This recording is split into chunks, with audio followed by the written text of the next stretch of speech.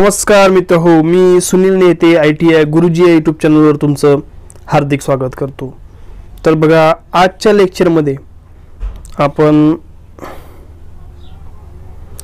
Over हेडलाईनमध्ये जे साहित्य लागतं त्याच्यातलं आपण लास्ट लेक्चरमध्ये लाईन सपोर्टर्स हा टॉपिक आपण मागच्या लेक्चरमध्ये बघितला, कालच्या लेक्चरमध्ये। तर आजच्या लेक्चरमध्ये आपण क्रॉस आर्म आणि लाईन इन्सुलेटर हे दोन टॉपिक बघणार आहोत।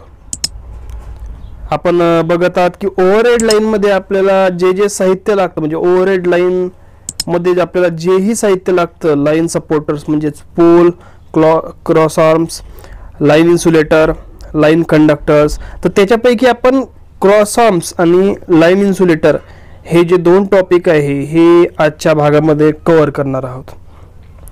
जर मागचा जो लेक्चर आहे ते तुम्ही अटेंड केलं नसेल तर या व्हिडिओच्या डिस्क्रिप्शनमध्ये त्याची लिंक देत आहे, त्या लिंकवर क्लिक करून अगोदर तो व्हिडिओ बघा, नंतर हा व्हिडिओ बघा, जेणेकरून तुमचा जो सगळा जो कॉन्सेप्ट आहे हा ओव्हरहेड लाईनमध्ये जे साहित्य लागतं त्याच्याविषयी हा तुमचा क्लिअर होऊन जाईल।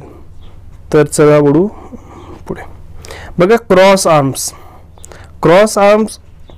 काय असतात, त्याचा वापर कसा होतो त्याच्याविषयी मी थोडक्यात तुम्हाला या व्हिडिओमध्ये सांगणार आहे, डिटेलमध्ये सांगणार आहे, म्हणून व्हिडिओमध्ये स्किप करू नका किंवा तुमचं नेट वाचवण्याचा प्रयत्न करू नका, कारण तुम्हालाही माहिती आहे सध्या IPLचं सीझन सुरू आहे। IPL बघण्यासाठी तुम्ही नेट तिकडे वापरतायत, इकडे जरा कमी वापरतायत, तर हेही आपल्यासाठी तेवढंच महत्त्वाचं आहे, अभ्यास ही तेवढाच महत्त्वाचा आहे। क्रिकेटर आपल्या घरी येऊन आपल्याला पैसे देऊन जाणार नाहीये, थोडा अभ्यास कराल, चांगले मार्क्स पडाल, कॉम्पिटिटिव्ह एक्झाममध्ये सुद्धा यातलेच प्रश्न विचारले जातात, त्याच्यामुळं इकडेही जरा लक्ष द्या, ठीक आहे। तर चला वळू पुढे। क्रॉस आर्म म्हणजे काय बघा, त्याच्याविषयी थोडक्यात। Cross arm of transmission tower hold the transmission conductor. जे क्रॉस आर्म्स असतात ट्रान्समिशन टॉवरवरचे, हे काय करतात, त्याचा वापर कशासाठी होतो, कंडक्टरला पकडून धरण्यासाठी, होल्ड करण्यासाठी, कंडक्टरला होल्ड करण्यासाठी। ते आपण बघा आकृतीच्या सहाय्याने समजून घेऊ। एक आकृती, हो ओके, इथे बघा, तर इथे एक क्रॉस आर्म दिलेला आहे। आता क्रॉस आर्म कोणता, हा या क्रॉस आर्मचा उपयोग काय, इथं हा जो कंडक्टर्स आहेत हे नंतर हे जे कंडक्टर्स गेलेले आहेत यांना धरून ठेवण्याचं म्हणजे सपोर्ट देण्याचं जे कार्य आहे हे क्रॉस आर्म करत असतात। क्रॉस आर्मवर हे जे लावलेले आहेत हे आहेत इन्सुलेटर्स, लाईन इन्सुलेटर्स आपण याला म्हणतो। तर हे झाले क्रॉस आर्म। बघा, जर त्याची डेफिनेशन सांगायची म्हटली तर बघा, पोलच्या वरच्या टोकाकडे म्हणजेच इकडे इन्सुलेटर्स बसवण्यासाठी पोलवर जोडलेल्या पट्टीला, म्हणजे हे जे इन्सुलेटर्स आहे हे इन्सुलेटर्स बसवण्यासाठी पोलवर जी पट्टी बसवलेली असते, पट्टी कोणती, आता let me change the ink, ही जी पट्टी आहे, ओके, तर याला काय म्हणतो आपण, क्रॉस आर्म म्हणतो। आता ही जी पट्टी आहे अगोदर लाकडाची सुद्धा असायची, जेव्हा लाकडी पोल जे आहे ते वापरात होते, आता मोस्टली मेटॅलिक किंवा इन्सुलेटेड मटेरियल जे आहेत, कॉन्क्रीट सुद्धा आता सध्या वापरलं जात आहे, पण मोस्टली मेटॅलिक जे आहे ही वापरली जाते, पोलादापासून बनलेली। तर बघा, लाकडी जे क्रॉस आर्म जे होते ते साधारणपणे 11 kV आणि 33 kV लाईनच्या पोलवर बसवलेले होते, म्हणजे 11 kV पासून 33 kV पर्यंत हे अशा प्रकारचे जे क्रॉस आर्म्स आहेत हे बसवले जातात। नंतर आता हे लाकडाचे जे क्रॉस आर्म वापरले जायचे, आता त्याचा फोटो आपल्याकडं भेटणं जरा अवघड आहे लाकडाच्या क्रॉस आर्मचा, ठीक आहे। तर लाकडाचे जे क्रॉस आर्म्स अगोदर वापरले जायचे ते शीसम किंवा देवदार हे जे झाड आहेत यांच्या लाकडापासून तयार केलेले असायचे, आणि 11 kV साठी जे आहे ते 1.52 मीटर लांब, म्हणजे 1.52 मीटर लांब आणि 125 mm रुंद आणि 125 mm जाड अशा आयताकृती जो क्रॉस आर्म होता त्याचा वापर केला जायचा. बघा, लक्ष द्या.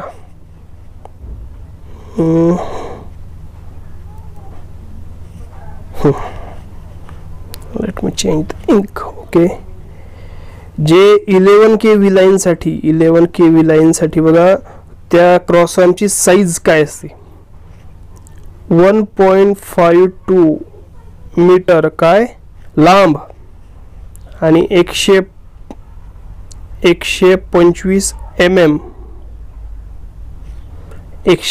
mm रुंद आणि 125 mmच जाड असा हा क्रॉस आर्म जो आहे, लाकडी क्रॉस आर्म वापरला जायचा. आणि 33 kV साठी बघा, 33 kV साठी जो क्रॉस आर्म वापरला जायचा, तर त्याचं जे व्होल्टेज आहे म्हणजे त्याची जी साईज आहे ती 2.14 मीटर एवढी त्याची लांबी असायची आणि रुंदी आणि जे जाडी आहे ती सेम असायची, 125 mm रुंद आणि 125 mm जाड. तर अशा प्रकारचे हे क्रॉस आर्म जे आहे हे लाकडी क्रॉस आर्म असायचे अगोदर. तर आता हल्लीच्या काळामध्ये पोलादाचे ते क्रॉस आर्म जे आहे हे वापरले जात आहेत.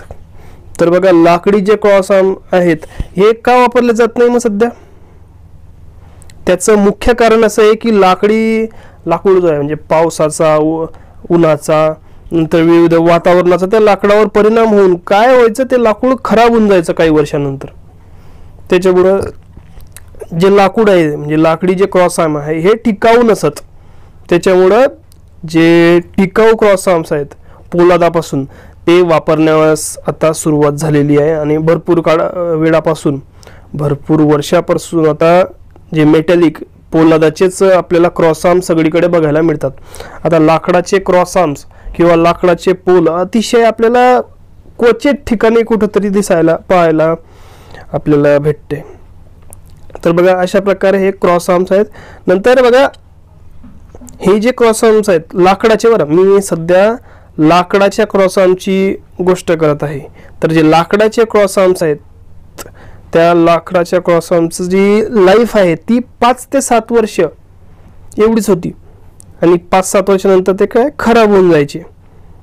मग आता त्या लाकडी क्रॉस आर्म ऐवजी स्टील किंवा पोलादाचे व्ही आकाराचे किंवा विशेष आकाराचे, काही व्ही आकाराचे असायचे, काही विशेष आकाराचे. विशेष म्हणजे बघा अशा प्रकारे किंवा अशा प्रकारे, अशा प्रकारातला व्ही. तर अशा स्पेशल प्रकारचे पण आकाराचे पण क्रॉस आर्म जे आहे हे आता भेटायला लागलेले आहेत आणि ते पण स्टील आणि पोलादापासून बनलेले. त्याच्यामुळे त्याची जी मेकॅनिकल स्ट्रेंथ आहे आणि वातावरणापासून बचाव करण्याची जी क्षमता आहे ही चांगली झालेली आहे. आणि हे जे आर्म्स आहेत हे स्टील पोल किंवा टॉवर पोलवर बसवले जातात. आता मोस्टली LT लाईनवर व्ही आकाराचे, थांबा थोडा स्पेस क्लिअर करून घेतो इथं. ओके,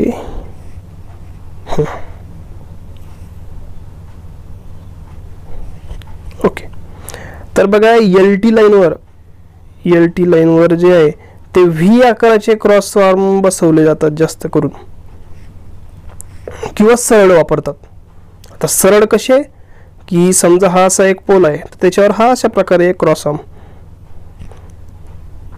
अशा प्रकारे क्रॉस आर्म त्याच्या इकडून म्हणजे या पोल या आर्मवरून आणि या आर्मवरून, दोन्ही आर्मवरून कंडक्टर जे आहे हे गेलेले असतात थ्रू. आणि क्रॉस आर्म्स आणि कंडक्टर यांच्यामध्ये काय असते, इन्सुलेटर्स असतात.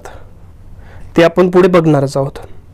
तर बघा, अशा प्रकारचे हे क्रॉस आर्म जे आहे याच्यावर इन्सुलेटर बसवून मग ते लाईन कंडक्टर्स नेलेले असतात.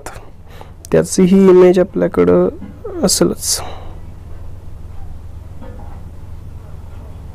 हे बघा, ओके. सर्व क्लिअर करतो आणि तुम्हाला व्यवस्थितरित्या समजेल असं सांगतो. काही अडचण आल्यास मला कमेंटमध्ये तुम्ही विचारू शकतात. मी खूप शोधला लाकडी क्रॉस आर्मचा फोटो, पण नाही मिळाला गुगलवर. त्याच्यामुळे याच्यावरच थोडं एक्सप्लेन करतोय, थोडं समजून घ्या. ठीक आहे. आता बघा, जे क्रॉस आर्मवर जे इन्सुलेटर बसवलेले असतात, म्हणजे हे क्रॉस आर्म्स आणि ही लाईन, तर यांच्यामध्ये काय असतात, हे लाईन इन्सुलेटर्स असतात. ही आपल्याला माहीत असणं आवश्यक असते. हे तुम्ही सांगाल किंवा आपण विसरू शकतो की क्रॉस आर्मवरून डायरेक्ट लाईन गेलेली असते असंही सांगू शकतात घाईत तुम्ही, पण तसं सांगायचं नाही. अगोदर इन्सुलेटर्स बसवलेले असतात आणि त्या इन्सुलेटरला थ्रू म्हणजे त्याला पीड देऊन, वेढा देऊन ते जे लाईन आहे ही गेलेली असते. ठीक आहे. इन्सुलेटर ॲज अ सपोर्टर म्हणून इथं आणि इन्सुलेटर म्हणून इथं कार्य करत असतात. ठीक आहे. तर बघा, पुढच्या गोष्टी याच्याविषयी सांगायच्या म्हटले म्हणजे की लाईन कंडक्टरचा जो भार असतो याच्यामुळं, ह्या क्रॉस आर्ममुळं लाईन कंडक्टरचा जो भार असतो तो आर्मवर येतो. समजा डायरेक्टली जर हे जे इन्सुलेटर्स आहेत हे डायरेक्टली जर इथं लावून दिलेले असते, पॅक करून दिलेले असते असे, आणि याला तार बांधलेले असते, तर काय झालं असतं, या इन्सुलेटरवर ताण आला असता. जर ही जी क्रॉस आर्म्स आहे याचा शोधच लागला नसता किंवा हे काय असतं नेमकं आणि काय वापर होतो हे जर माहीतच पडलं नसतं, तर काय झालं असतं, आपलं हे जे इन्सुलेटर्स आहे याच्यावर ताण आला असता. त्याच्यावर ताण येऊ नये म्हणून काय केलेलं आहे, हे जे क्रॉस आर्म्स आहेत, क्रॉस आर्म्सचा वापर करण्यात आलेला आहे. क्रॉस आर्म्सवर इन्सुलेटर आणि मग इन्सुलेटरला जे कंडक्टर्स आहेत ते कंडक्टर्स गेलेले असतात त्याच्या थ्रू. नंतर बघा, फिटिंगसाठी क्रॉस आर्म जे आहेत फिटिंगसाठी वापरलेल्या ज्या क्लॅम्प्स असतात अथवा बोल्टवर भार येणार नाही अशाच तऱ्हेने हे क्रॉस आर्म जे असतात हे पोलवर फिक्स केलेले असतात. फिटिंग झालेले म्हणजे समजा आता थोडं खाली गेलेलं आहे चित्र. सपोज हा एक पोल आहे, एक मिनिट, ओके, हा एक पोल आहे, याच्यावर अशा प्रकारचा एक क्रॉस आर्म आहे.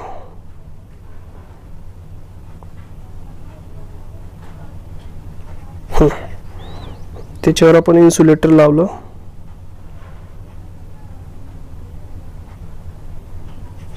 आणि आता त्याच्यावरून लाईन ओढायची. पण हे जे क्रॉस आर्म्स आहे त्याचे जे नट बोल्ट असतात ते कोणत्या साईडने लावायचे, म्हणजे क्रॉस आर्म कोणत्या साईडने लावायचे. समजा जर लाईन या साईडने आपण ओढत आहोत तर मोस्टली इकडून या साईडने बोल्ट ठेवायचा आणि तिकडून तिकडच्या साईडने नट. अशा प्रकारे याचं कनेक्शन म्हणजे जे जोडणी आहे ही करायची असते, जेणेकरून ते फिक्स चांगल्या तऱ्हेने होतील आणि त्याच्यावर जास्त भार येणार नाही याची काळजी घ्यायची आहे. ठीक आहे. तर काही जर डाऊट्स असतील याच्याविषयी तर तुम्ही कमेंटमध्ये जरूर विचारू शकता. तर बघा, क्रॉस आर्मचे जे टाइप्स आहेत त्याच्यामध्ये लाईन आर्म्स आणि इथं बाकी होतं आपलं एक, the dimension of cross arm depends on level of transmission voltage. म्हणजे जे क्रॉस आर्म्स आहेत यांची जी डायमेन्शन आहे म्हणजे लांबी, रुंदी, जाडी, ह्या ज्या गोष्टी आहे ह्या कशावर डिपेंड असतात, ट्रान्समिशनच्या व्होल्टेजवर. जेवढं जास्त व्होल्टेज असतं तेवढी या क्रॉस आर्मचं जे डायमेन्शन असतं हे जास्त असते. ठीक आहे. तर डायमेन्शन जे असतं ते जास्त असते जर व्होल्टेज जास्त असलं तर. And minimum forming angle for stress distribution, म्हणजे जो स्ट्रेस डिस्ट्रीब्युशनमध्ये कमी करण्यासाठी जो अँगल जो आहे तो मिनिमम फॉर्म केला जातो, तेही आपण पुढे बघणारच आहोत. तर दोन प्रकार पडतात बघा क्रॉस आर्म्सचे. एक आहे लाईन आर्म आणि दुसरा आहे साईड आर्म. तर लाईन आर्ममध्ये बघा स्ट्रेट लाईन आर्म म्हणजे असा एक पोल आणि त्याला स्ट्रेटमध्ये एक अशा प्रकारे क्रॉस आर्म असतो, तर त्याला स्ट्रेट लाईन आर्म असं म्हणतात. आणि याच्यामध्येच एक व्ही शेपमध्ये सुद्धा असतो, यू शेपमध्ये सुद्धा असतो. मोस्टली हा आपण आता बघितला. नंतर व्ही शेपमध्ये सुद्धा असतो. व्ही शेपमध्ये अशा प्रकारे असतो.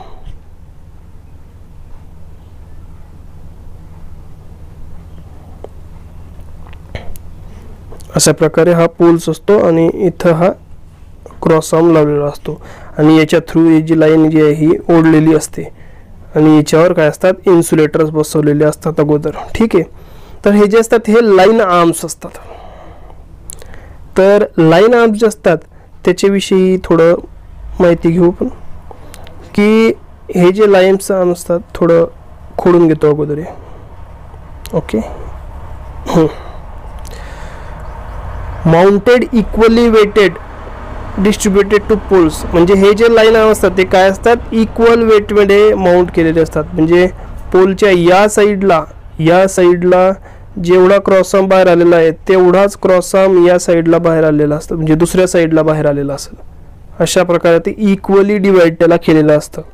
आणि हे जे लाईन आर्म्स असतात, हे लाईन आर्म्स जे असतात हे शॉर्ट ट्रान्समिशन आणि लॉंग ट्रान्समिशन दोन्हीमध्ये वापरले जातात. पण जास्त ते कोणत्या ट्रान्समिशन लाईनमध्ये वापरतात, लॉंग ट्रान्समिशन लाईनमध्ये त्याचा जास्त वापर केला जातो. तर अशा प्रकारे हे आहेत लाईन आर्म्स. नंतर बघा हे आहे साईड आर्म्स. बघा साईड आर्म्स तुम्हाला आकृतीमध्ये तुम्ही बघू शकता. अशा प्रकारचे तुम्ही आर्म्स बघितले असतील. एक मिनिट झूम करून दाखवतो तुम्हाला एक वेळेस.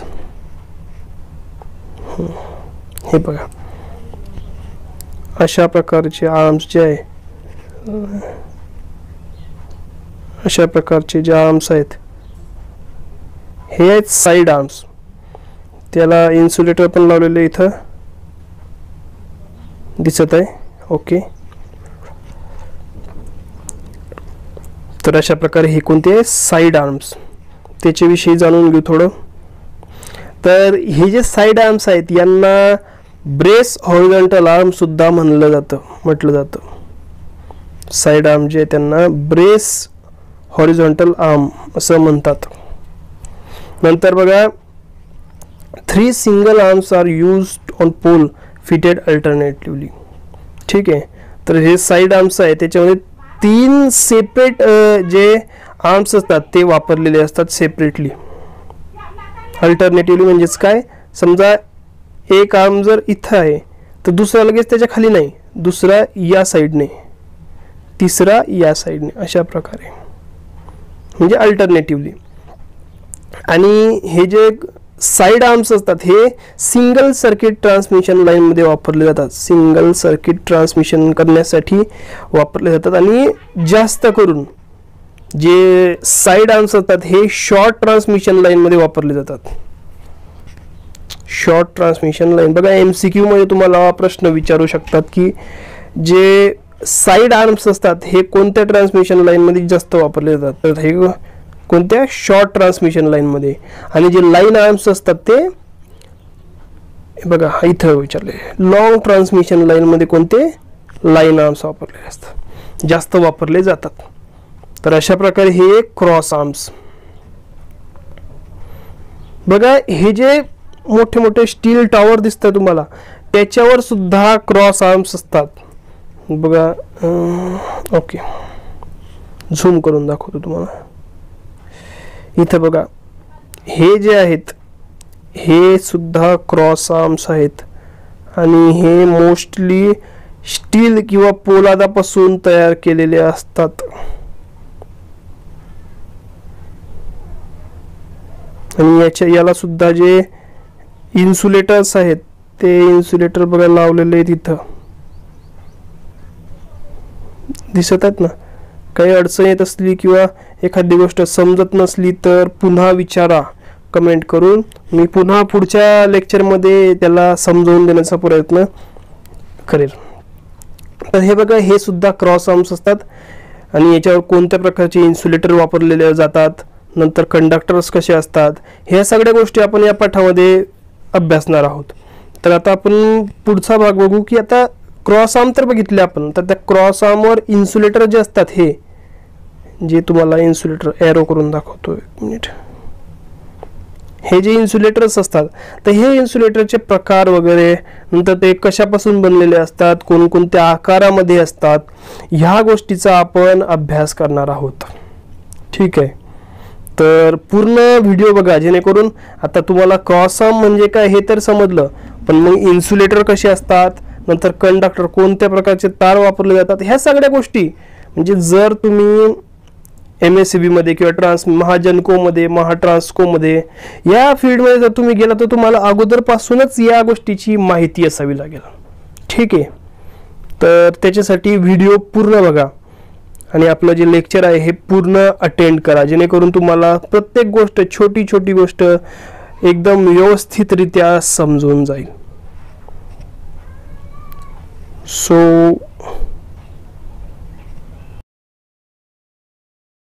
तर बघा मित्र हो, आपला जो पुढचा टॉपिक आहे आता तो आहे जसं सांगितल्याप्रमाणे लाईन इन्सुलेटर्स.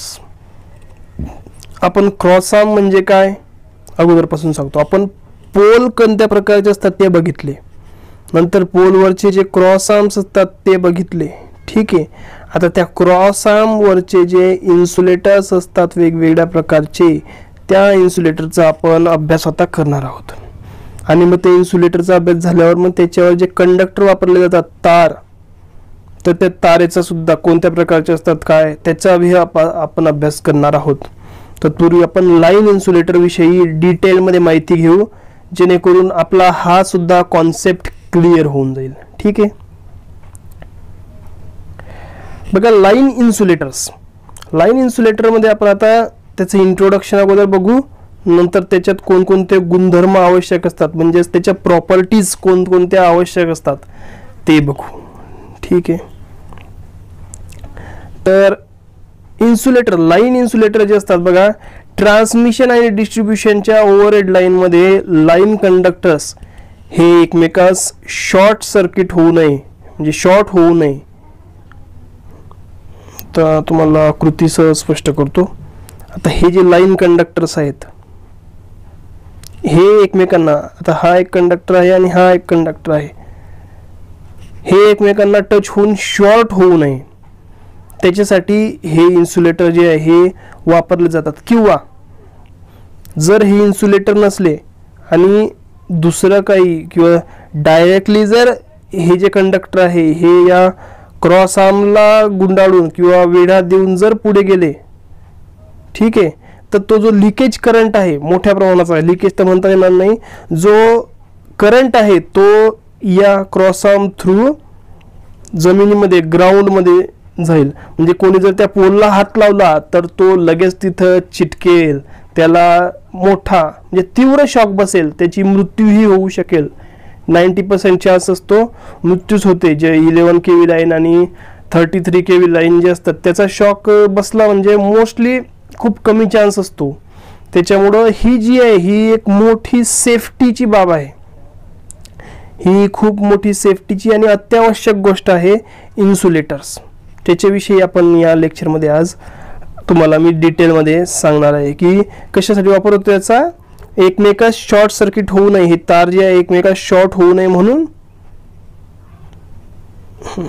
हे जे तार आहेत हे एकमेकास शॉर्ट होऊ नये म्हणून, आणि cross arm through leakage current जो आहे हा म्हणजे करंट जो आहे हा लिकेज करंट या पोलमध्ये येऊ नये म्हणून हे जे इन्सुलेटर्स असतात, इन्सुलेटरचा हा मोठा रोल असतो ह्या दोन्ही गोष्टी सांभाळणे, होऊ न देणे. ठीक आहे, तर म्हणूनच हे जे लाईन इन्सुलेटर असतात याच्यामध्ये काही गुणधर्म असणे आवश्यक असतात. बघा जसं की मी गोष्ट केली प्रॉपर्टीज विषयी. तर बघा प्रॉपर्टीज मध्ये सांगायचं झालं तर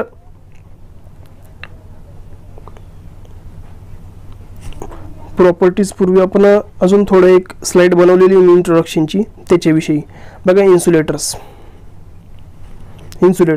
insulators are mounted on the cross arm. जसं मी सांगितलं की इन्सुलेटर जे आहे क्रॉस आर्मवर माउंट केलेले असतात, म्हणजे बसवलेले असतात. आणि त्याचा पर्पज काय असतो ते सुद्धा सांगितलं. To provide insulation between live part and ground part. म्हणजे लाईव्ह पार्ट म्हणजे जे कंडक्टर आहे ते, आणि ग्राउंड पार्ट म्हणजेच काय पोल. याच्यामध्ये इन्सुलेटरचं कार्य काय करतो हा इन्सुलेटर, लाईन इन्सुलेटर जे आहे हे इन्सुलेशनचं कार्य करतात. नंतर provide support to the conductor. कंडक्टरला सपोर्ट देण्यासाठी या इन्सुलेटरचा वापर केला जातो. तर अशा प्रकारे हे आहेत इन्सुलेटर्स. बघा हे जे इन्सुलेटर्स आहेत, हे इन्सुलेटर जरी वापरले तरी त्याच्यामध्ये क्वालिटी चेक असते. बघा की इन्सुलेटर जे आहे याच्यामध्ये कोणकोणते गुणधर्म आवश्यक पाहिजे, म्हणजे अत्यावश्यक जे गुणधर्म आहे ते कोणकोणते. तर पहिला जो गुणधर्म आहे बघा तो आहे की हे जे इन्सुलेटर्स असतात लाईन इन्सुलेटर, हे यांत्रिकदृष्ट्या मजबूत असला पाहिजे. हा इन्सुलेटर म्हणजे त्याची मेकॅनिकल स्ट्रेंथ जी आहे ही चांगली पाहिजे. मेकॅनिकल स्ट्रेंथ चांगली पाहिजे म्हणजेच काय, आता जे तार आहे कंडक्टर आहे, कंडक्टर त्याला बांधलेला आहे किंवा त्याला वेढा दिलेला आहे आणि तो या साईडला आता क्रॉस होणार आहे. पण या इकडे एक ओढला जातोय आणि इकडे ओढला जातोय, तर त्या ओढाओढीमध्ये हे जे इन्सुलेटर आहे याच्यावर काही परिणाम होता कामा नये. म्हणजे ते काय म्हणतो आपण त्याला फुटू नये किंवा बारीकशी त्याच्यात टीच पण जायला नको. अशा प्रकारचं जे मटेरियल आहे ते इन्सुलेटरसाठी वापरलं गेलं पाहिजे. म्हणून जे इन्सुलेटर असतात ते यांत्रिकदृष्ट्या म्हणजे मेकॅनिकल स्ट्रेंथ त्यांची चांगली पाहिजे, तुटफूट होणार नाही अशी पाहिजे त्याची मेकॅनिकल स्ट्रेंथ. नंतर बघा दुसरं जे प्रॉपर्टी आहे ती कोणती आवश्यक आहे की लिकेज करंटला रोखण्यासाठी इन्सुलेशन रेजिस्टन्स जास्त असला पाहिजे. याचा जो इन्सुलेशन रेजिस्टन्स आहे इन्सुलेटरचा हा काय पाहिजे, जास्त पाहिजे. जसं की आपल्याला माहित आहे की रेजिस्टन्स जर जास्त असला तर काय होतो, करंट कमी होतो. म्हणजेच resistance is inversely proportional to the current. ठीक आहे. तर अशा प्रकारे त्याच्यामुळे जर रेजिस्टन्स जास्त असला तर करंट काय त्याच्या थ्रू म्हणजे लिकेज करंट काय कमी वाहेल. जर रेजिस्टन्स कमी असला तर त्याच्यामधून करंट वाहण्यास मदत होऊ शकते किंवा त्याला सोपं जाईल. त्याच्यासाठी त्याची जी रेजिस्टिव्हिटी म्हणजे इन्सुलेशन रेजिस्टन्स जो आहे तो चांगला पाहिजे. नंतर बघा जे इन्सुलेटर आहे हे जे इन्सुलेटर आहे याचं जे मटेरियल आहे हे सच्छिद्र नसावे, म्हणजे त्याला होल्स नसावे, असे बारीक बारीक होल्स नसावेत. जेवढे आवश्यक आहे जिथं आवश्यक आहे तिथंच असावेत, रिकामे बारीक होल नसावेत. आणि बाकी शेवटची आणि महत्त्वाची गोष्ट अशी की ते जे इन्सुलेटर्स आहेत त्याच्यावर वातावरणाचा परिणाम होणारा नसावा. म्हणजे याच्यावर वेदरचा कोणत्याही प्रकारचा इफेक्ट होता कामा नये. हिवाळा असो, पावसाळा असो, उन्हाळा असो, ऊन असो, वारा असो, पाऊस असो, याच्यावर कोणत्याच प्रकारचा जो प्रभाव आहे कोणत्याच वातावरणाचा कोणत्याच ऋतूचा तो व्हायला नको. तरच हे जे इन्सुलेटर आहे हे योग्य आहे असं समजलं जाते. म्हणजे या सगळ्या प्रॉपर्टीज ज्या आहेत ह्या इन्सुलेटरमध्ये पाहिजे. ठीक आहे. तर आय होप तुम्हाला व्यवस्थितरित्या ही गोष्ट समजलेली आहे. तर आपण चला वळू आपल्या नेक्स्ट स्लाइडवर. बघा आता पुढची जी स्लाइड आहे त्याच्यामध्ये आहे different types of line insulators. जे लाईन इन्सुलेटर आहे त्यांचे वेगवेगळे जे प्रकार आहेत ते आपण आता याच्यामध्ये बघणार आहोत. पहिला आहे बघा पिन इन्सुलेटर, दुसरा आहे शॅकल इन्सुलेटर, तिसरा आहे डिस्क इन्सुलेटर आणि स्टे इन्सुलेटर. तर बघा अशा प्रकारे हे आहेत इन्सुलेटरचे प्रकार. Pin insulator, shackle insulator, disc insulator, stay insulator. आता हे जे वेगवेगळ्या प्रकारचे इन्सुलेटरचे नावं आहेत, वेगवेगळ्या प्रकारचे आकार आहेत, हे वेगवेगळ्या ठिकाणी वापरले जातात आणि वेगवेगळ्या तऱ्हेने याची फिटिंग केली जाते. त्याच्यामुळे ह्या इन्सुलेटरचे आपल्याला माहिती असणं हा अत्यंत आवश्यक आहे. तर चला वळू आपल्या पहिला जो आहे पिन इन्सुलेटर, त्याच्याविषयी मी तुम्हाला व्यवस्थित आणि डिटेलमध्ये माहिती सांगतो. व्यवस्थितरित्या शेवटपर्यंत व्हिडिओ बघायचा आहे, जेणेकरून अशाच प्रकारची जी माहिती असते, छोटी प्रॅक्टिकल माहिती आहे, ही माहिती तुम्हाला कुठं ना कुठं कामात पडणार आहे. तुम्हाला कोणी हे नाही विचारणार, समजा एखाद्या वेळेस तुम्हाला कोणी किर्चॉफचा नियम सांग रे किंवा लेन्झेस लॉ सांग रे हे नाही विचारणार, पण जर तुम्ही सबस्टेशनमध्ये गेला किंवा ट्रान्समिशन ऑफिसमध्ये गेला महाट्रान्सकोच्या, तिथं जर तुम्ही अप्रेंटिसशिपला लागला तर तुम्हाला कोणी हे नाही विचारणार की याचा नियम काय, त्याचा नियम काय. ते फक्त विचारतील की हे काय आहे, हे जी गोष्ट तुला दिसती आहे ती काय आहे, कोणतं इन्सुलेटर आहे, किती व्होल्टेज कॅरी करू शकते. तर अशा प्रकारचे प्रश्न ते तुम्हाला विचारत असतात. त्याच्यामुळे या गोष्टीवर तुम्ही जास्त फोकस करा आणि व्हिडिओ शेवटपर्यंत बघा. बघा नेक्स्ट आहे पिन इन्सुलेटर. बघा पिन इन्सुलेटरचं जी फोटो आहे तो तुम्हाला दिसत आहे, जी इमेज आहे मी तुमच्या स्क्रीनवर तुम्हाला दिसत आहे. बघा पिन टाईप इन्सुलेटर, याच्याविषयी डिटेलमध्ये माहिती घेऊ की जे पिन टाईप इन्सुलेटर आहेत हे ट्रान्समिशन आणि डिस्ट्रीब्युशन लाईनमध्ये 33 kV व्होल्टेजपर्यंत म्हणजे वहनापर्यंत वापरले जातात. 33 kV अप टू 33 kV म्हणजे या इन्सुलेटरची जी क्षमता आहे ती किती आहे, 33 kV. आणि 33 kVच्या नंतर पिन टाईप जे इन्सुलेटर्स आहेत हे बल्की म्हणजेच काय, त्याच्यावर जास्त ताण पडतो, त्याच्यावर जे व्होल्टेज आहे ते सहन करू शकत नाही आणि तो अनइकॉनॉमिकल होऊन जातो. ठीक आहे, म्हणजे आपल्या वापराच्या बाहेर होऊन जातो, तो आपण त्याला वापरू शकत नाही. तर अशा प्रकारे हे पिन टाईप इन्सुलेटर आहे. बघा झूम करून तुम्हाला त्याचे पार्ट सुद्धा दाखवतो. आता हे जे आहे groove for conductor,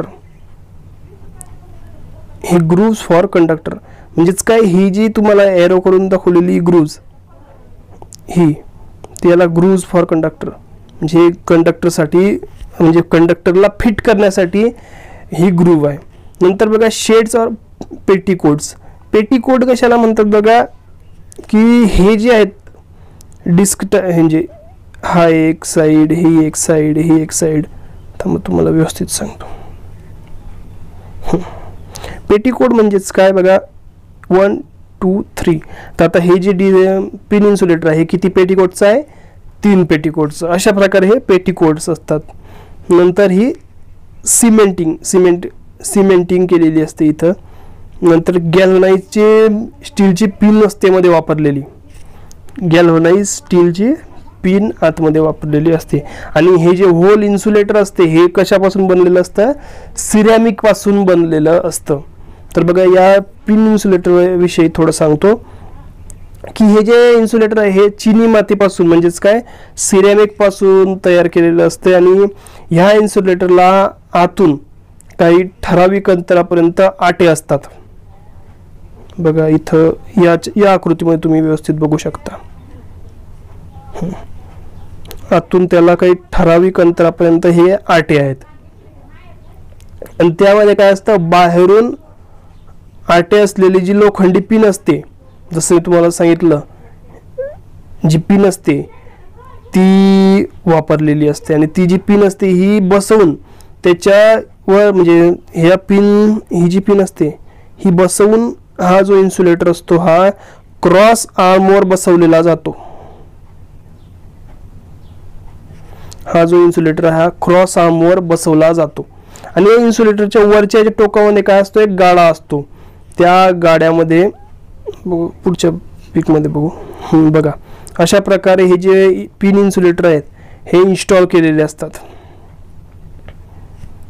he pin आहे आणि ठराविक अंतरावर म्हणजे याच्या आतमध्ये एक त्याला पीठ दिलेली असते किंवा आटे असतात. आणि त्याच्यामध्ये तो जी पिन असते ती टाकून खालून नट बोल्टने टाईट केलं जातं. तर अशा प्रकारे हे जे पिन इन्सुलेटर आहे हे टाईट केलं जातं. आणि याच्या वरच्या भागामध्ये बघा, वरच्या भागाला एक गाडा असतो. म्हणजे बघा ही पेटीकोट आपण दाखवला तसा. एक मिनिट, हा जो पेटीकोट आहे दाखवला, तर त्याच्या हे जे वरती आहे, एक मिनिट हे खोडतो, हा जो गाडा आहे याला काय वेढा देऊन जो कंडक्टर आहे तो पास केला जातो. तर अशा प्रकारे जे इन्सुलेटर आहे हे पिन इन्सुलेटर आहे.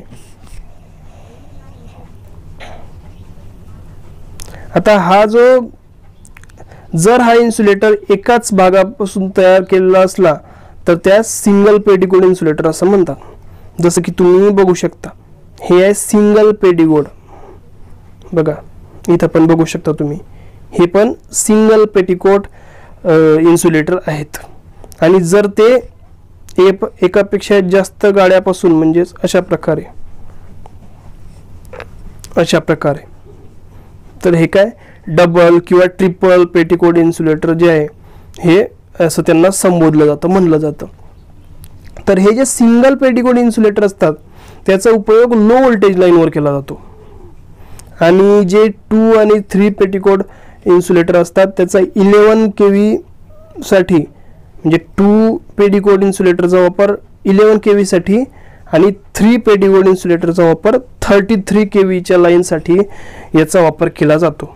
बघा ही सुद्धा एक महत्त्वाची डिटेल आहे की जर सिंगल पेटीकोटचा असला तर लो व्होल्टेजसाठी, 2 पेटीकोटचा असला तर 11 kV पर्यंत इन्सुलेटर वापरला जातो. नंतर 3 पेटीकोट म्हणजे हा जो आकृतीमध्ये तुम्हाला दिसतोय अशा प्रकारचा जर इन्सुलेटर असला तर तो 33 kV च्या लाईन पर्यंत वापरला जातो. तर अशा प्रकारे हे आहेत पिन इन्सुलेटर. बघा जसं नावामध्ये सांगितलं आहे त्या नावाप्रमाणेच त्याला काय असते, एक पिन असते आणि ते क्रॉस आर्मला स्क्रूड केली असते. बघा हा स्ट्रेट म्हणजेच काय लाईन क्रॉस आर्म आहे, लाईन क्रॉस आर्म आहे. आणि जर कंडक्टर पास करण्यासाठी through groove and bound annealed wire of the same material as a conductor. म्हणजे आता तुम्हाला हे खोडून सांगतो.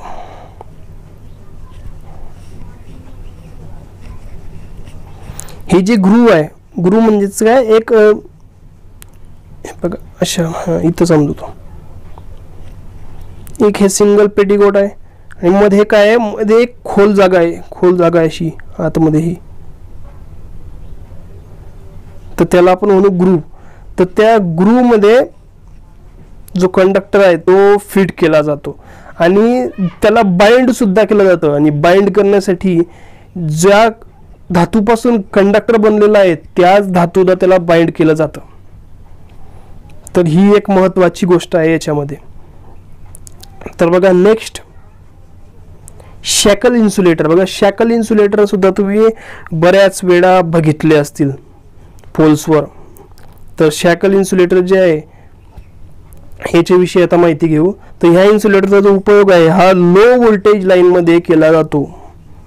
शॅकल इन्सुलेटरचा उपयोग कुठं, लो व्होल्टेज लाईन मध्ये,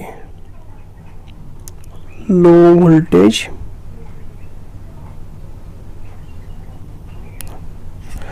शॅकल इन्सुलेटरचा उपयोग जो आहे हा लो व्होल्टेज लाईन मध्ये केला जातो. आता हे जे इन्सुलेटर आहे शॅकल इन्सुलेटर ह्याच्याविषयी सांगायचं म्हटलं म्हणजे या इन्सुलेटरला आतून आरपार छिद्र असते. दुसरं चित्र आहे का, ओके डिसिल्युएटर. तर बघा हे शॅकल जे इन्सुलेटर आहे याला डायरेक्टली आरपार छिद्र असते, म्हणजे इथून एक डायरेक्ट इकडे खाली निघतं ते. तर याला आतून आरपार छिद्र असते. या छिद्रामध्ये काय करतात, नट बोल्ट टाकून यू आकाराच्या क्लॅम्पच्या साहाय्याने, बघा ही यू आकाराची क्लॅम्प दिसते, या यू आकाराच्या क्लॅम्पच्या सहाय्याने हा जो इन्सुलेटर आहे हा क्रॉस आर्मवर बसवला जातो. बघा इथं असेल,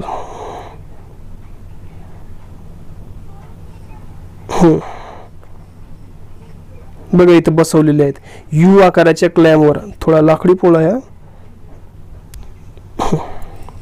यू आकाराच्या क्रॉस आर्मवर, म्हणजे क्रॉस आर्मवर बसवलेले आहे यू आकाराचे क्लॅम्प. तर अशा साहाय्याने हा जो शॅकल इन्सुलेटर आहे हा याचं इन्स्टॉलेशन आहे. नंतर बघा अशा इन्सुलेटर जे आहे याच्या गाड्यामध्ये लाईन कंडक्टर ठेवून साईड बाइंडिंग केली जाते. बघा, याच्या गाड्यामध्ये लाईन कंडक्टर म्हणजे हा जो गाडा आहे याचा,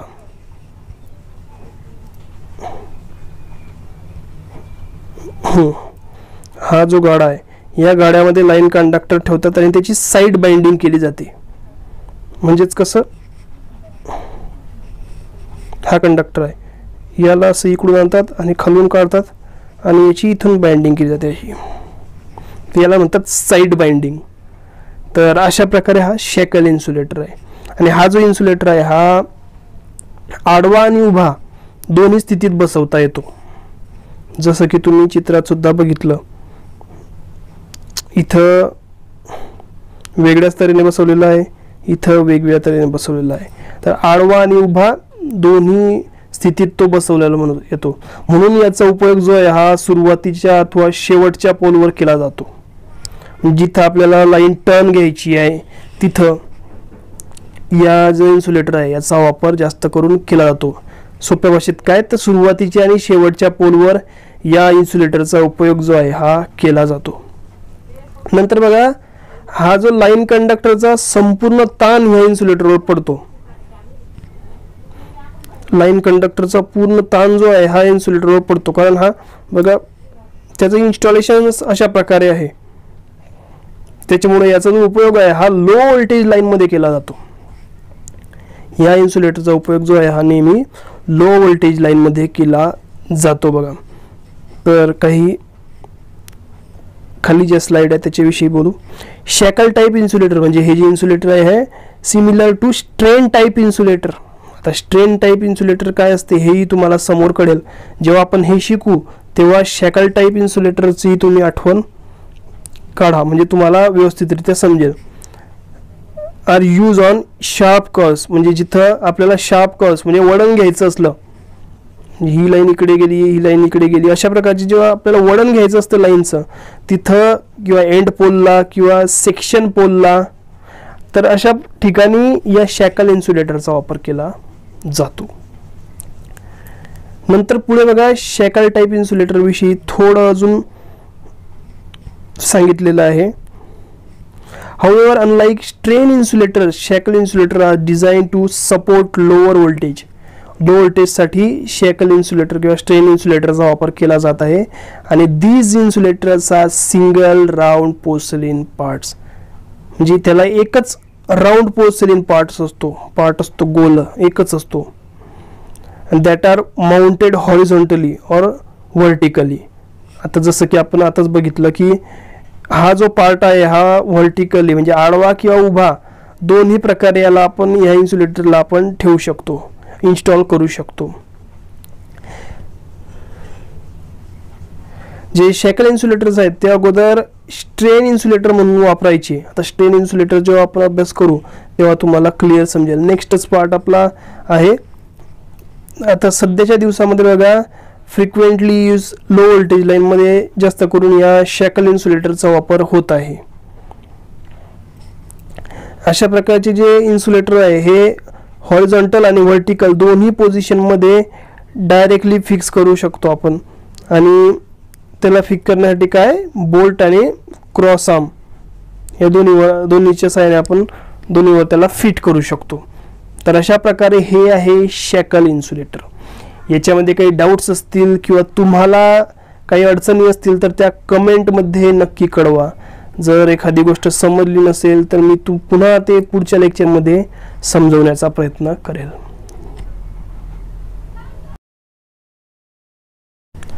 तर बघा, नेक्स्ट जो इन्सुलेटर आहे तो आहे डिस्क इन्सुलेटर. बघा, तुम्हाला आकृतीमध्ये दिसत आहे फिगरमध्ये त्याचा एक इमेज आहे डिस्क इन्सुलेटरची, की हा इन्सुलेटर नेमका असतो कसा. तर या इन्सुलेटर विषयी आपल्याला आता माहिती घ्यायची आहे. तर हा जो इन्सुलेटर आहे हा याचा उपयोग जो आहे हा 11 kV व्होल्टेजच्या डिस्ट्रीब्युशन लाईन मध्ये तसेच ट्रान्समिशन लाईन मध्ये केला जातो. 11 kV व्होल्टेजच्या डिस्ट्रीब्युशन आणि ट्रान्समिशन मध्ये या डिस्क इन्सुलेटरचा वापर केला जातो. तर बघा, डिस्क इन्सुलेटर विषयी अजून म्हणजे नेमका आता दोन इन्सुलेटर तर होते पिन टाईप होता, शॅकल होता, मग या डिस्कची काय गरज पडली? म्हणजे याचं काहीतरी सेपरेट कार्य आहे, तर म्हणूनच तर याला बनवलं. तर ते नेमकं त्याचं कारण काय आहे ते तुम्हाला सांगतो की शहरी भागामध्ये जे आहे डिस्ट्रीब्युशन लाईन नेत असताना बऱ्याच वेळी गल्लीमधून नंतर रस्त्यामधून न्यावे लागतात, रस्त्याच्या क्रॉस करून अशा प्रकारे लाईन न्यावे लागतात.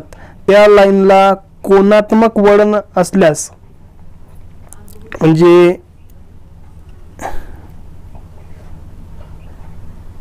ती जी लाईन आहे ती जर एका ठराविक कोनामध्ये असल्यास, म्हणजेच काय, हा एक पोल इथं आहे आणि एक पोल इथं आहे, एक पोल इथं आहे, ठीक आहे. इथून तर इथं आणि इथून तर इथं अशा प्रकारे जर एका कोनामध्ये असली तर अशा ठिकाणी आपण पिन इन्सुलेटर किंवा शॅकल इन्सुलेटरची जी वापरू शकत नाही, कारण त्याची जी ताण शक्ती असते त्याच्यावर जास्त ताण येतो आणि त्याची जी यांत्रिक शक्ती असते, मेकॅनिकल स्ट्रेंथ, ही या गोष्टीसाठी बनलेलीच नाही.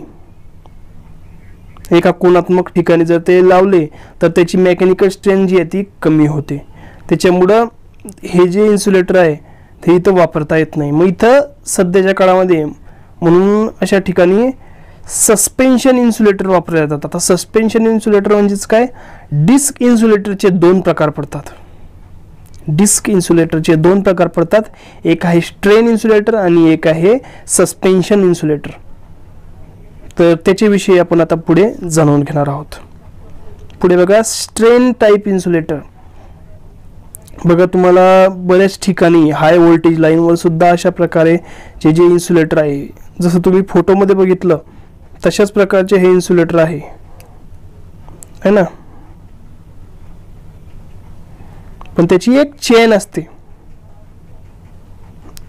इथं पण बघा, ही स्ट्रेट मध्ये त्याची एक चेन बनवलेली असते आणि ते चेन वापरलेली असते. तर अशा प्रकारे स्ट्रेन इन्सुलेटर आणि सस्पेन्शन इन्सुलेटर असे असतात. तर जे स्ट्रेन इन्सुलेटर असतात बघा, strain insulator, when there is a dead end of line, there is corner, sharp curve, म्हणजे एंड असला, शेवट असला, एकदम अवघड जागा एंड असला, शेवट असला, अवघड ठिकाण असलं किंवा कर्व असला अशा प्रकारे, तर अशा ठिकाणी जेव्हा आपल्याला लाईन ओढायची असते, म्हणजे तिथून लाईन पास करायची असते, तेव्हा पोल तर असतो, पण पोलवर कोणतं इन्सुलेटर वापरायचं त्याचीही आपल्याला नॉलेज असणं आवश्यक आहे. तर तिथे स्ट्रेन इन्सुलेटरचा जो वापर केला जातो. आणि हे जे स्ट्रेन इन्सुलेटर आहे हे 11 kV पेक्षा जास्त व्होल्टेजवर सुद्धा म्हणजे सस्टेन करू शकते. आणि अशा ठिकाणी जे शॅकल इन्सुलेटर असतात, शॅकल इन्सुलेटरचा ॲज अ स्ट्रेन म्हणून वापर केला जातो. तर थोडं कॉम्प्लिकेटेड आहे, पण एकदा किंवा दोनदा आपल्याला वाचल्यावर समजल्यावर ते, किंवा आपण त्याचा वापर जेव्हा करू तेव्हा ते क्लिअरली आपल्याला समजून जाईल की नेमकं काय असते. तर बघा, नेक्स्ट आहे सस्पेन्शन टाईप इन्सुलेटर. बघा, सस्पेन्शन टाईप इन्सुलेटर म्हणजे काय, हे जे इन्सुलेटर असतात हे 33 kV च्या वरती, म्हणजे 33 kV च्या वरती, म्हणजे हाय व्होल्टेज लाईनमध्ये या इन्सुलेटरचा वापर केला जातो. आणि it is usual practice to use suspension type insulator shown in figure. Consist of number of porcelain disc connected in series by metal link in the form of string. बघा, जसं तुम्ही चित्रामध्ये बघू शकता अशा प्रकारेच या इन्सुलेटर जे आहे, जे डिस्क इन्सुलेटर आहे, याची जोडणी करतात एका मेटलच्या लिंकने आणि त्याची स्ट्रिंग बनवतात. आता स्ट्रिंग म्हणजेच काय, पण स्ट्रिंग म्हणजे दोरी सुद्धा म्हणतो आपण, पण स्ट्रिंग म्हणजेच काय, याची एक साखळी बनवतो आपण. हे या फोटोमध्ये बघू शकता. हा बघा, एक स्ट्रिंग बनवलेली आहे सस्पेन्शन. हे वेगवेगळे प्रकारचे इन्सुलेटर आहे, वेगवेगळे इन्सुलेटर आहे, म्हणजे हा एकच नाही, पण हे जोडून त्याच्यामध्ये एक जो कंडक्टर आहे, लाईन आहे, जो नटबोल्ट आहे, तो यूज करून त्याची एक स्ट्रिंग तयार केलेली आहे. आणि त्याची जी स्ट्रिंग आहे त्यालाच आपण सस्पेन्शन टाईप इन्सुलेटर्स असं म्हणतो. तर हे होते सस्पेन्शन टाईप इन्सुलेटर. नेक्स्ट बघा, स्टे टाईप इन्सुलेटर. तर यालाच एग टाईप इन्सुलेटर सुद्धा म्हणतात. बघा याचा आकार थोडा अंड्यासारखा असतो, एग सारखा, त्याच्यामुळे त्याला एग टाईप इन्सुलेटर असं सुद्धा म्हणतात. स्टे इन्सुलेटर याचा आकार जो आहे हा अंडाकृती असतो, म्हणून याला एग टाईप म्हणतात. आता एखाद्या वेळी काय असतं, लाईनच्या वळणामुळे किंवा तारांच्या तणावामुळे काय होतं, शेवटच्या पोलवर लोड येतो, एखाद्या पोलवर लोड येतो, तर त्याच्यामुळे पोलची वाकण्याची भीती असते. अशा ठिकाणी पोलला आधार देण्यासाठी स्टे बसवला जातो. पुढे आहे का, नाही फोटो नाही, तर तुम्हाला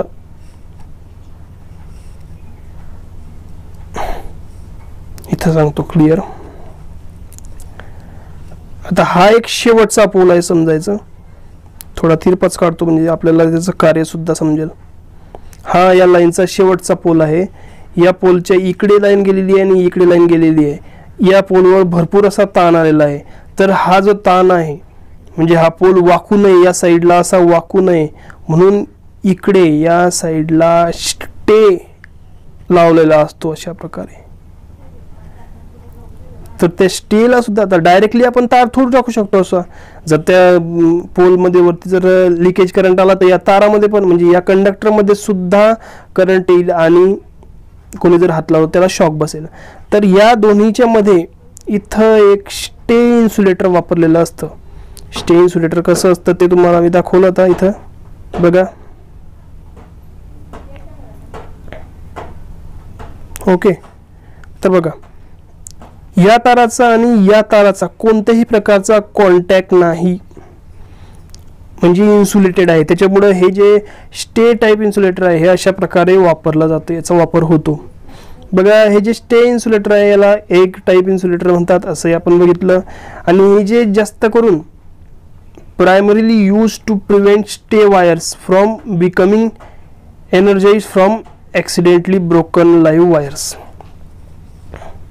म्हणजे याचा वापर कशासाठी होतो, समजा जर हे स्टे टाईप इन्सुलेटर नाही वापरलं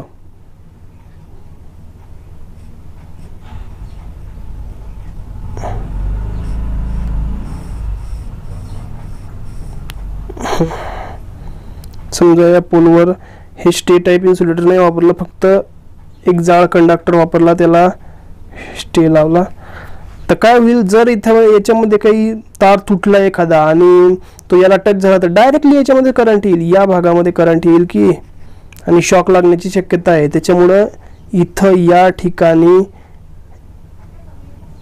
स्टे इन्सुलेटर जो आहे हा याचा वापर केला जातो. आणि हा जो आहे स्टे इन्सुलेटर हा वरच्या साईडलाच म्हणजे पोलच्या काही ठराविक अंतरावरच लावलेला असतो, एकदम खाली नाही. कारण जर इथं लावला तर इथं करंट असेलच जर लिकेज करंट झाला तर, त्याच्यामुळे तो त्याची जी जागा आहे ते मेनली अशा या ठिकाणी असते.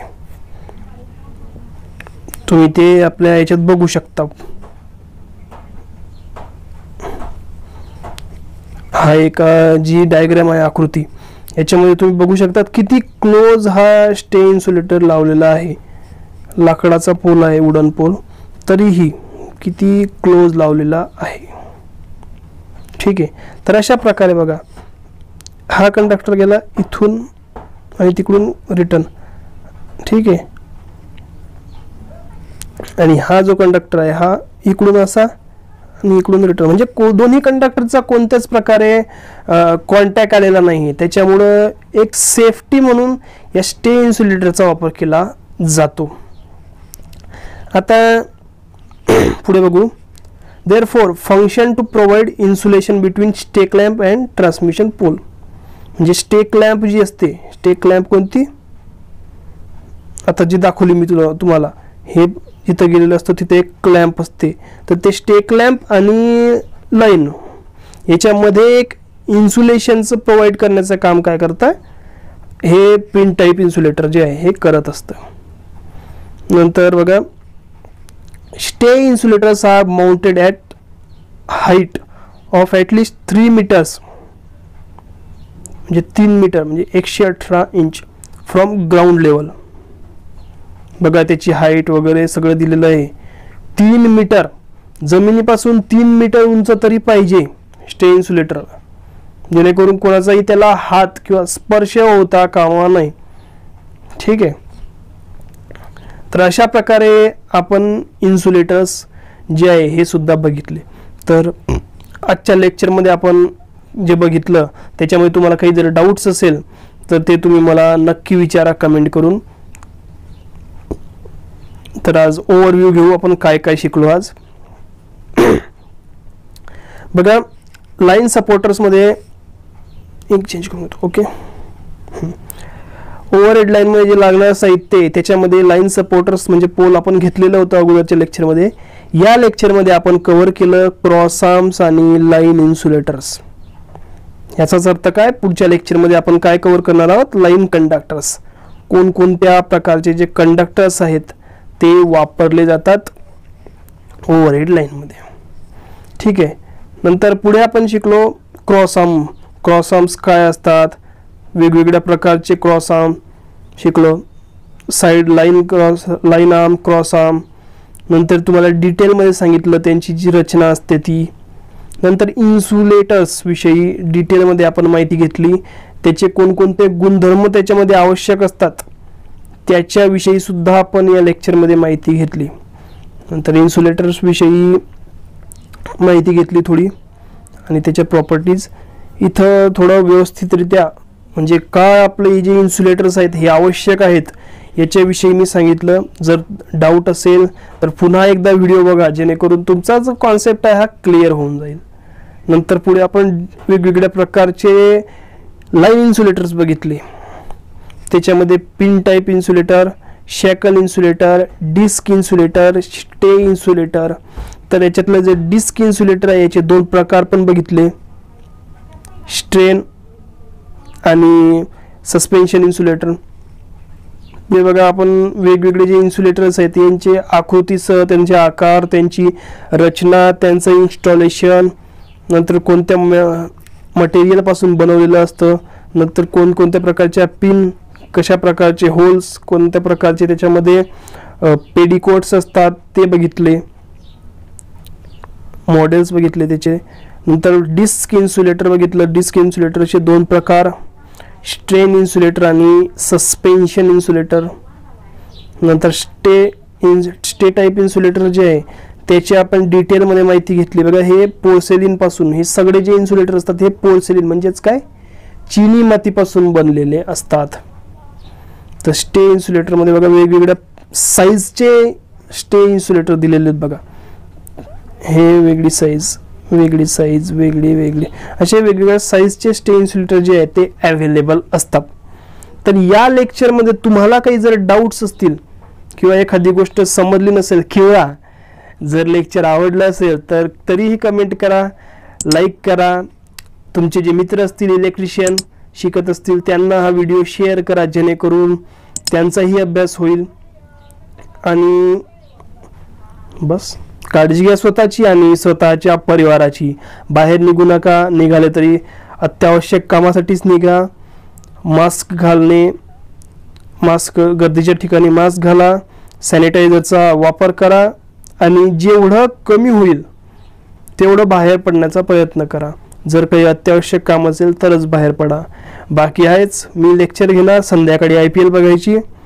ओके, दिवस पार पडतो, अभ्यास करायचा पण. ठीक आहे. तर भेटू पुढच्या व्हिडिओमध्ये. तोपर्यंत काळजी घ्या स्वतःची आणि स्वतःच्या परिवाराची. धन्यवाद.